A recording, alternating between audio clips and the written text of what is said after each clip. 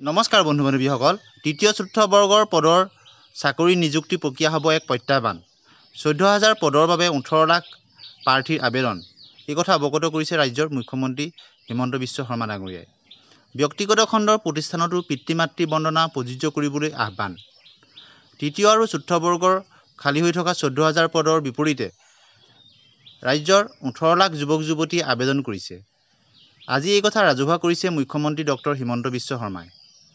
মুখ্যমন্ত্ৰীগৰাকীয়ে কয় যে এইবাৰ আবেদনকাৰী সংখ্যা হৈছে অভাৱনীয় যাৰ ফলত পৰীক্ষা পতাটো প্ৰত্যাহ্বানজনক হৈ পৰিছে আবেদনকাৰীসকলৰ বাবে অহা ২-৩ দিনৰ ভিতৰতে পৰীক্ষাৰ সিলেবাছ প্ৰকাশ কৰা হ'ব বুলি জনাই তেখেতে কয় তৃতীয় আৰু চতুৰ্থ বৰ্গৰ খালী থকা পদসমূহ পূৰণৰ বাবে লোকসেৱা আয়োগৰ আৰ্হিত পৰীক্ষা অনুষ্ঠিত কৰিব খোজাক লৈ ৰাজ্যৰ একাংশ লোকে অযথা বিতৰ্ক কৰিছে লোকসেৱা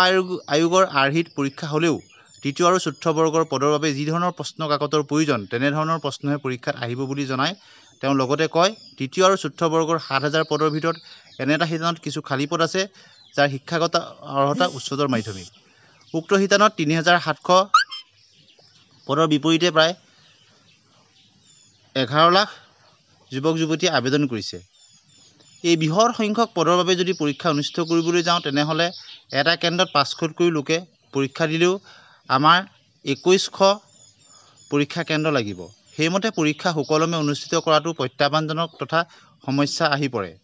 যদিহে আমি প্ৰিলিমছ পাতি ১,০০,০০০ক উত্তীৰ্ণ কৰাওঁ তেনেহ'লে শেষলৈ মূল পৰীক্ষাত উত্তীৰ্ণ হ'বলৈ কেইহাজাৰমান পৰীক্ষাৰ্থীহে থাকিব তেতিয়া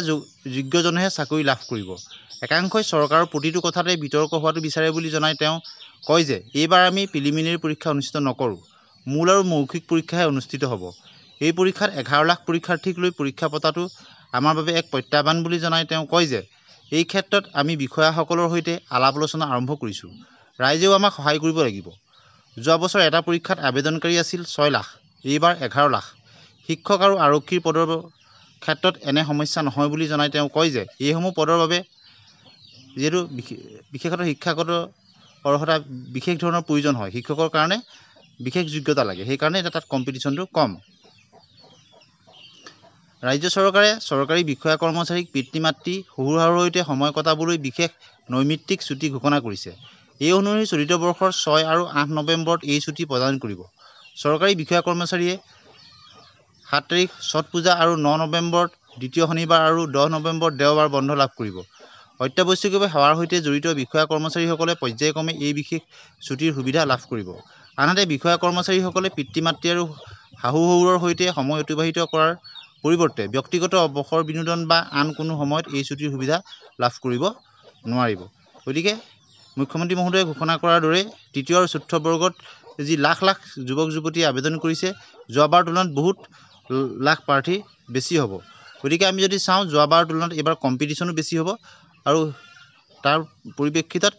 এই তৃতীয় আৰু চতুৰ্থ বৰ্গৰ ক্ষেত্ৰত কাট অফো যথেষ্ট হাই হ'ব আৰু ৰাজ্য চৰকাৰে সুকলমে অনুষ্ঠিত কৰিবৰ কাৰণে কেনেদৰে কাৰ্যপন্থা লৈছে সেই কথাও তেখেতে অৱগত কৰিছে শিক্ষা বিভাগ বা অন্যান্য বিভাগৰ ক্ষেত্ৰত ইমান কম্পিটিশ্যন নহয় বুলি তেখেতে অৱগত কৰিছে এনেধৰণৰ শিক্ষামূলক বাতৰিৰ কাৰণে আমাৰ চেনেলৰ লগত সংযুক্ত